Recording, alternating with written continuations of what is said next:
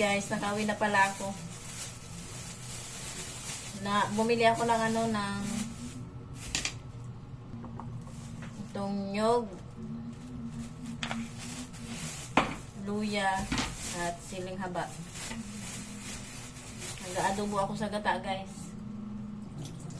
Buti na lang tumawag yung asawa ko. Pero kailangan ko pa rin lutuin. Hindi siya uwi. Saan ba yun? Hindi siya uwi, guys. Stretch siya. Pero kailangan ko pa rin itong lutuin kasi masisira yung nyog. Kaninang umaga ko pa nilabas yung yung isda. Pag ako lang kasi mag-isa, guys, okay na ako sa pancit canton, biscuit,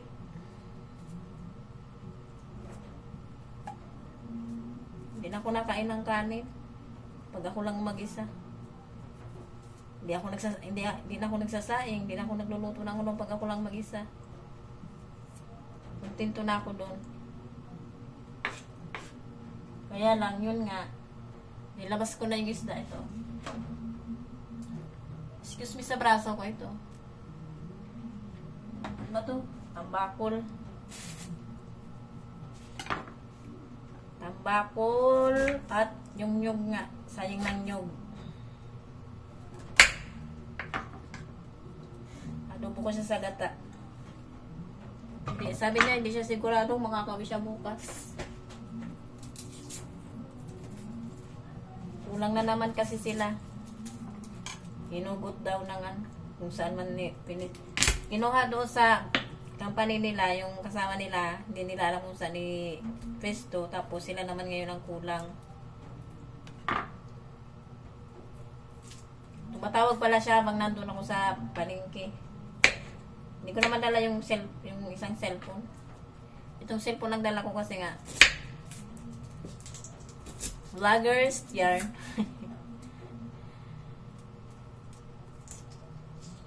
Nagpi-feeling vlogger ako, guys, kaya supportahan nyo ako, ha. Mag-ingat ka lang, mag-ingat kayo, ha. Mag-ingat tayo kasi may bisita tayo, eh. Si Enteng.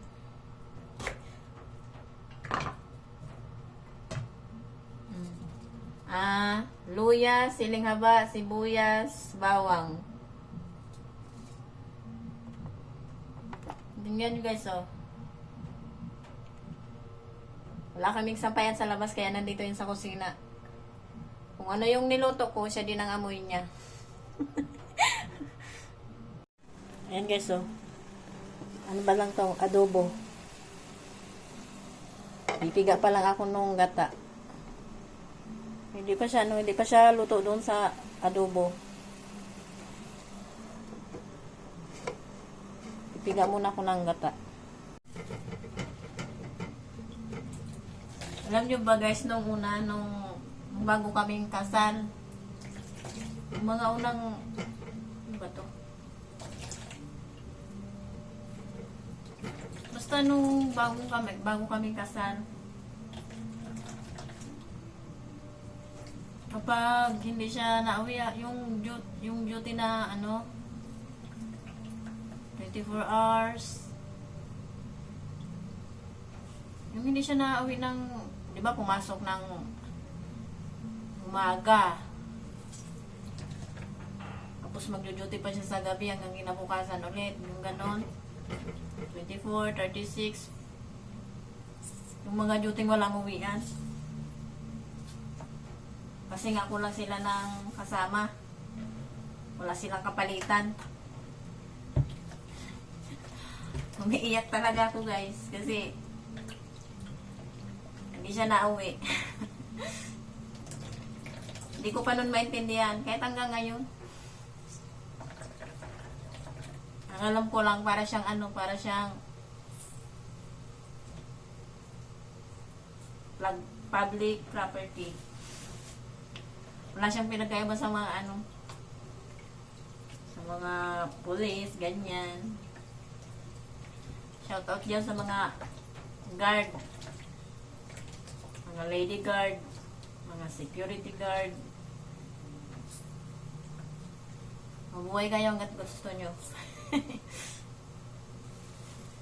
Namubulol ako. Kasi nung ano guys, nung sanay naman ako mag-isa guys. Sanay ako mag-isa. Yung ano nga dito, yung mga nakakakilala sa akin, yung mga kaibigan, ganyan. Tinatanong nila kung buti daw hindi ako nag-board.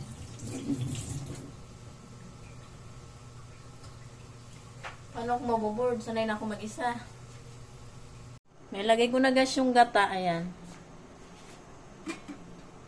Sakto lang kanina, natunog. Tuyo na yung ano. Suka, toyo, mantika. Nagtalsik-talsik na nga eh. Huh?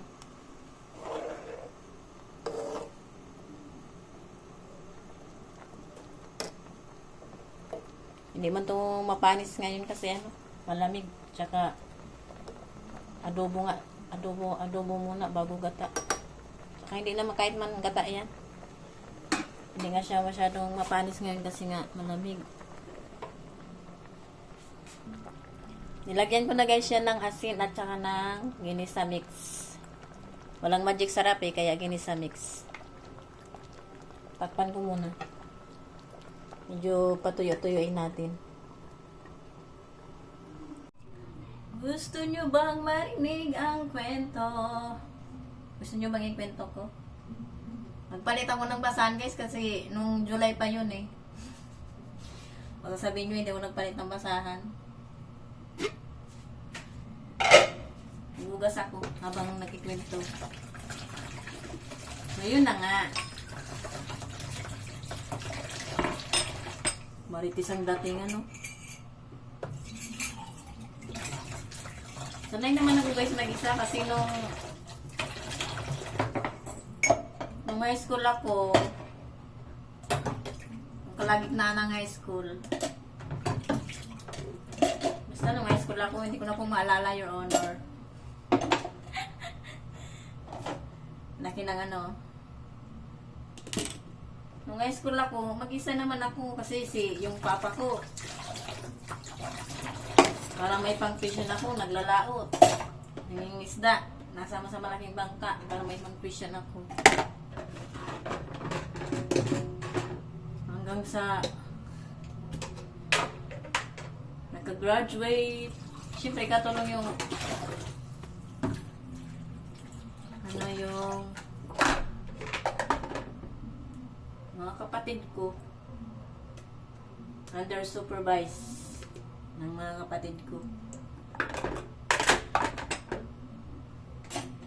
So yun, mag-isa, nawing mag-isa, at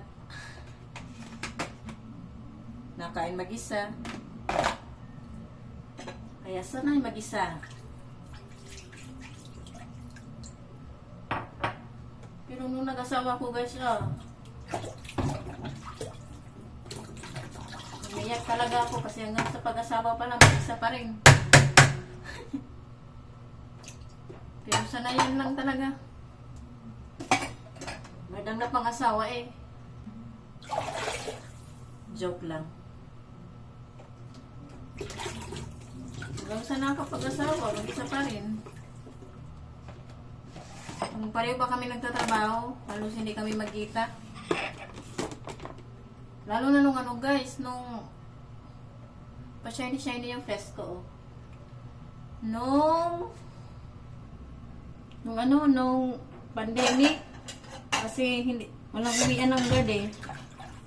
Wala silang uwian. Ako lang mag-isa sa bahay. Nung nandun pa kami sa Rosario, walang uwian sila. Naghahatid lang ako ng damit, minsan pagkain.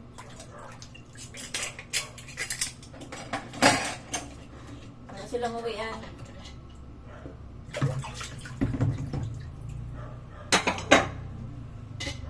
Kasi lockdown, di ba?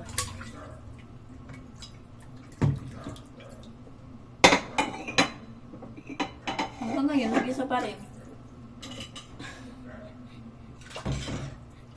Yun lang, hanggang doon lang kasi hindi ko kaya tagal magpinto kasi emotional damage. Luto na yung ano guys, yung tambakol na adobo sa gata. Mamaya naman ay nagsalang na ako kanina ng kanin.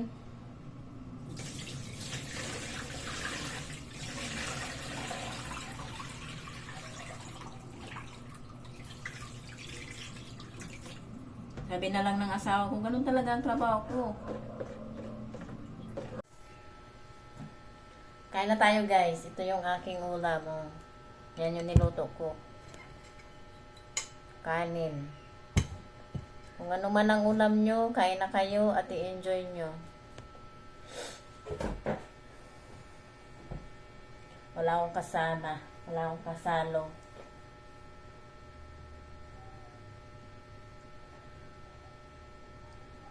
So, yun lang. Hindi muna ako guys magkwento ng maramihan ng buhay-buhay ko, ng kwentong buhay-buhay ko kasi wala pa naman akong bayad. Tsaka na pag may bayad na. Ha? Bye!